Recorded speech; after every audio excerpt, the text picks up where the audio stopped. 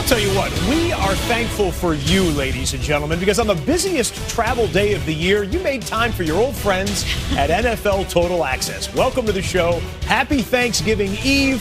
She's Lindsay Rhodes, and I'm Scott Hansen. We're going to make it worth your while because there are so many good games this week for us to discuss, including 3 that are coming up tomorrow, one of which is bound to feature quite a few cutaway shots of the owner's booth. Jerry Jones coming in hot this week on his coaching staff, lighting fires under their seats every chance he gets, including the chance he got on Good Morning Football this morning.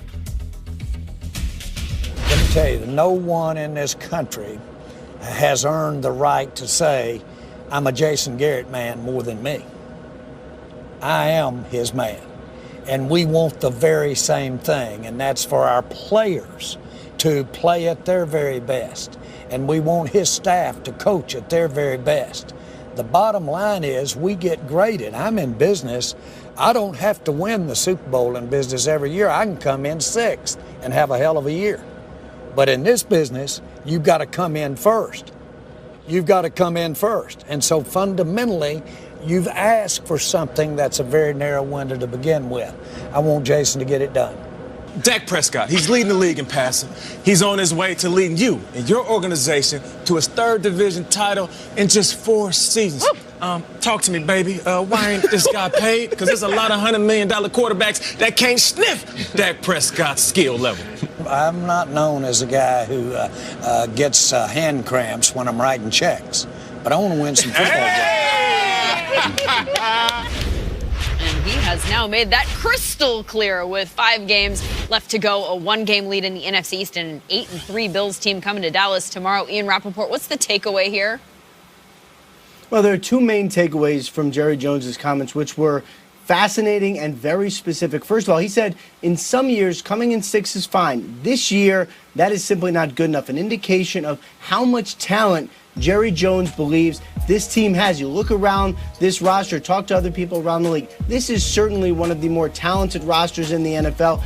They got premier players out of all the important positions. They have depth. This is a team he believes is fit to win right now. And then for the first time, Lindsay, we got a real and clear mandate for Jason Garrett. As Jerry Jones said, the first time that I can remember, he needs to come in first. That is what Jason Garrett, who's in the final year of his contract, needs to do to hold on to his job. Presumably that means in the NFC East and then potentially win games in the playoffs. Either way, Jerry Jones was very clear about what he expects from his head coach.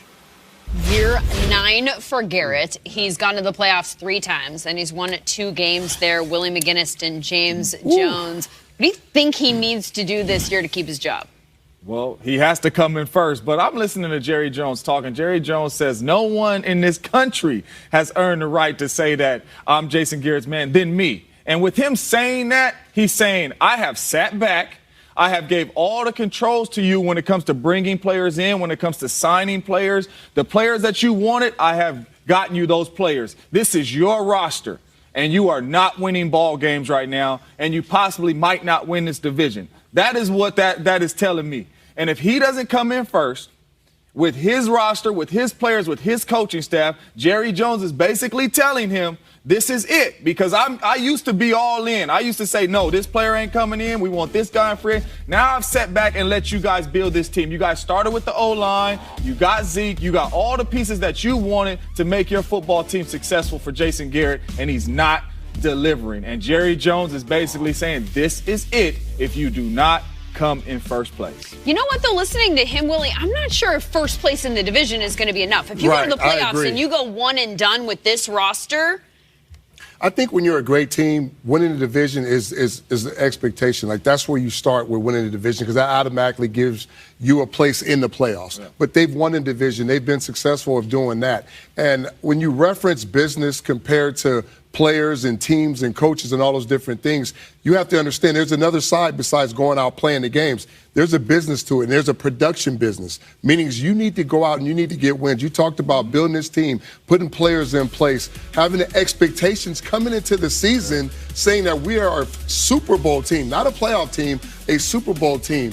And I think when you've watched the way they've lost this year, haven't beat a team with the winning record, the up and down, the inconsistencies across the board, not being the the team that everybody expected to be coming into the season. For Jerry, he's not only watching coaches, he's watching players, he's evaluating everything.